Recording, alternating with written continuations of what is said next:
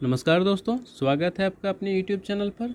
आज हम लोग आधुनिक भारत से जुड़े कुछ महत्वपूर्ण प्रश्नों को देखेंगे जो अब तक किसी न किसी परीक्षा में आए हुए हैं और आगे आने वाले हर परीक्षा के लिए बहुत ही महत्वपूर्ण है। तो चलिए शुरू करते हैं। आज का हमारा पहला सवाल है, अंग्रेजी संसद में भारत सरकार अधिनियम कब पारित हुआ? तो इसका करेक्ट आंसर हो जाएगा दोस्तों, वो है ऑप्शन सी, यानी कि 1858। बढ़ते हैं अगले प्रश्न की ओर। भारतीय राष्ट्रीय कांग्रेस का 1896 का अधिवेशन निम्नलिखित में से किसके लिए विख्यात है? तो दोस्तों ये विख्यात है राष्ट्रीय गीत गाने के लिए, यानी कि जो कि ऑप्शन बी है। तो पहली बार राष्ट्रीय गीत गाया गया। तो दोस्तों राष्ट्रीय गीत के बारे में जानते हैं। इसके रचयिता हैं बंकिम चंद्र चटर्जी और इसे पहली बार गाने का श्रेय जाता है दोस्तों रविंद्रनाथ ठाकुर को। ये पहली बार प्रकाशित हुआ था बंकिम चंद्र चटर्जी के उपन्यास आनंद मठ में। बढ़ते हैं अगले प्रश्न की ओर। निम्नलिखित में से किस गवर्नर जनरल को भारतीय प्रेस का मुक्तिदाता कहा जाता है? तो इसका करेक्ट आंसर हो जाएगा दोस्तों, वो है option B, Sir Charles Metcalfe. क्योंकि इन्होंने प्रेस को पूर्ण स्वतंत्रता दी थी, इसलिए इन्हें भारतीय प्रेस का मुक्तिदाता भी कहा जाता है। बढ़ते हैं अगले प्रश्न की ओर। समुद्र व्यापार के संदर्भ में कारताज व्यवस्था का उपयोग किसके द्वारा किया जाता था? तो दोस्तों कारताज व्यवस्था का संबंध पुर्तगाली द्वारा समुद्री व्यापार के लिए जारी किए गए व्यापार लाइसेंस से है। तो इसका करेक्ट आंसर है दोस्तों ऑप्शन डी, यानी कि पुर्तगाली। बढ़ते हैं अगले प्रश्न की ओर। अगला प्रश्न है, सुरेंद्र नाथ बनर्जी के बारे में निम्नलिखित में से कौन सा कथन सही नहीं है? तो देखते हैं। पहला ऑप्शन है, वे इंडियन नेशनल एसोसिएशन के सह संस्थापक थे, जो कि बिल्कुल सही है। वे कलकत्ता के रिपन कॉलेज के संस्थापक थे, ये भी बिल्कुल सही है। अगला देखते हैं, उन्हें राष्ट्रीय चेतना के कॉन्सेप्ट के लिए जाना जाता है, ये भी बिल्कुल सही है। अगला देखते हैं, उन्होंने आनंद मोहन बोस के साथ मिलकर साधारण ब्रह्मो समाज की स्थापना की थी, ये दोस्तों गलत है। क्योंकि साधारण ब्रह्मो समाज की स्थापना आनंद मोहन बोस, शिवनाथ शास्त्री, शिवचंद्र सेन, उमेश चंद्र दत्ता ने की थी, इसलिए इसका करेक्ट आंसर है दोस्तों ऑप्शन डी, यानी कि ये ऑप्शन सही नहीं है। बढ़ते हैं अगले प्रश्न की ओर। स्वतंत्रता आंदोलन के दौरान रविंद्रनाथ टैगोर ने नाइटहुड की उपाधि किस घटना के विरोध में वापस कर दी थी? तो दोस्तों इसका जो करेक्ट आंसर हो जाएगा वो हो जाएगा जलियांवाला बाग हत्याकांड। क्योंकि दोस्तों 13 अप्रैल 1919 की घटना, यानी कि जलियांवाला बाग हत्याकांड की घटना, जो कि बहुत ही ज़्यादा अप्रिय घटना थी और इसी से आहत होकर रविंद्रनाथ टैगोर ने अपनी नाइटहुड की उपाधि वापस कर दी थी। बढ़ते हैं अगले प्रश्न की ओर। मुस्लिमों के लिए अलग मतदाता दल किस कांग्रेस अधिवेशन को जाना जाता है? तो इसका करेक्ट आंसर हो जाएगा दोस्तों ऑप्शन सी, यानी कि लखनऊ अधिवेशन 1916। इस अधिवेशन की अध्यक्षता की थी अंबिका प्रसाद मजूमदार ने और इसी अधिवेशन में जो कांग्रेस दो दल, यानी कि नरम दल और गरम दल में विभाजित था, वो एक हो गए थे और इसी अधिवेशन में मुस्लिमों के लिए अलग मतदाता दल बनाया गया था। बढ़ते हैं अगले प्रश्न की ओर। भारत में पहली यूरोपीय बस्ती किस स्थान पर स्थापित की गई थी? तो इसका करेक्ट आंसर हो जाएगा ऑप्शन ए, यानी कि कोची। कोची केरल में पड़ता है। बढ़ते हैं अगले प्रश्न की ओर। निम्नलिखित में से किस राज्य ने अंग्रेजों को मुक्त व्यापार के लिए सुनहरा फरमान जारी किए? तो इसका करेक्ट आंसर है दोस्तों ऑप्शन सी, यानी कि गोलकुंडा। वह ऐसा था 1632 में अंग्रेजों को गोलकुंडा के साथ मुक्त व्यापार करने का सुनहरा फरमान प्राप्त हुआ था, जिसके बदले में इन्हें 500 पैगोडा प्रति वर्ष शुल्क के रूप में देना पड़ता था। बढ़ते हैं अगले प्रश्न की ओर।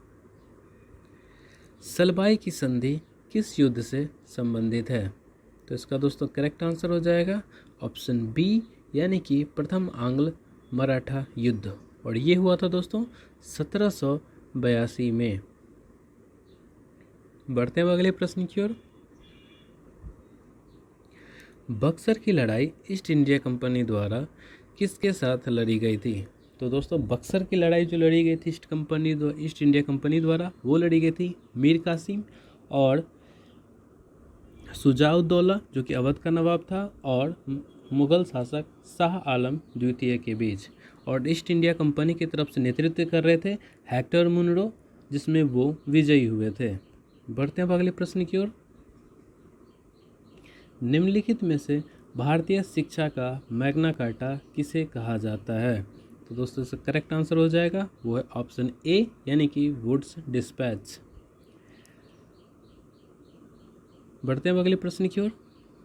वर्नाकुलर प्रेस अधिनियम और शस्त्र अधिनियम किस वायसराय के द्वारा पारित किया गया था? तो इसका करेक्ट आंसर हो जाएगा दोस्तों वो है ऑप्शन ए, यानी कि लॉर्ड लिटन। और ये अधिनियम जो थे वो पास किया गया था 1878 में। बढ़ते दोस्तों अगले प्रश्न की ओर। अगला प्रश्न है हमारा,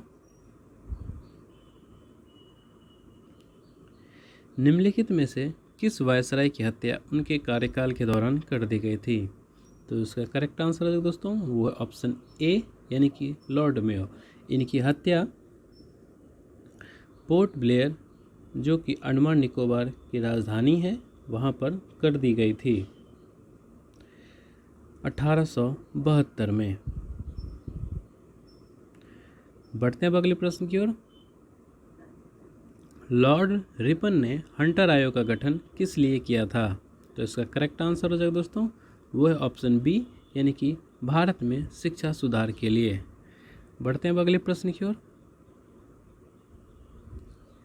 भारतीय टंकन व कागजी मुद्रा किस अधिनियम भारतीय टंकन व कागजी मुद्रा अधिनियम किस वायसराय ने पारित किया था?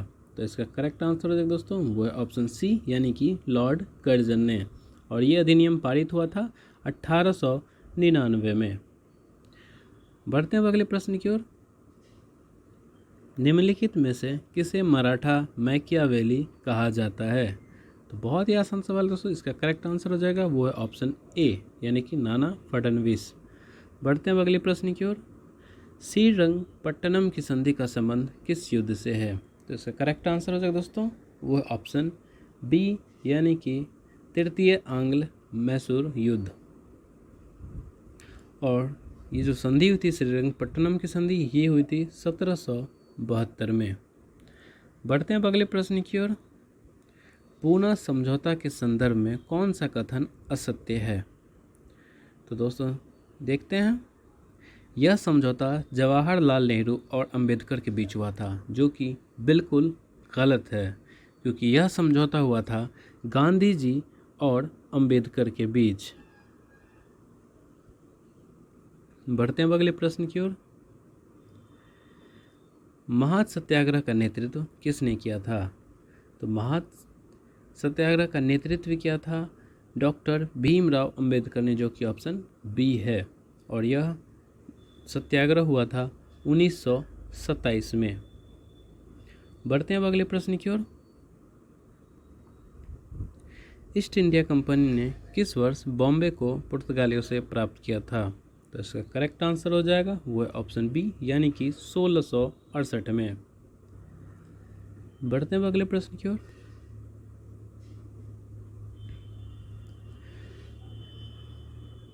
गुलामगिरी नामक पुस्तक की रचना किसने की थी? तो इसका करेक्ट आंसर हो जाएगा वो है ज्योतिबा फुले। इन्होंने इसकी रचना की थी 1873 में। बढ़ते हैं अब अगले प्रश्न की ओर। रविंद्रनाथ टैगोर को नाइटहुड की उपाधि किस वर्ष दी गई थी? तो ये दी गई थी 1915 में, जो कि ऑप्शन बी है। हालांकि इन्होंने 1919 में यह उपाधि वापस कर दी थी जलियांवाला बाग हत्याकांड के बाद, जिनसे ये काफ़ी आहत हो गए थे। बढ़ते हैं अब अगले प्रश्न की ओर। स्वतंत्रता के समय भारतीय राष्ट्रीय कांग्रेस के अध्यक्ष कौन थे? तो इसका करेक्ट आंसर हो जाएगा वो है JB कृपलानी, जिनका पूरा नाम था जयंत जीवंतराम भगवान दास कृपलानी। बढ़ते हैं अब अगले प्रश्न की ओर। भारतीय पुरातत्व विभाग को अस्थायी संस्था कब बनाया गया था? तो दोस्तों ये बनाया गया था 1906 में, ये अस्थायी संस्था हो गई थी और 1861 में इसका गठन किया गया था, यानी कि स्थापना किया गया था। और जिन्होंने किया था उनका नाम था अलेक्जेंडर कनिंघम।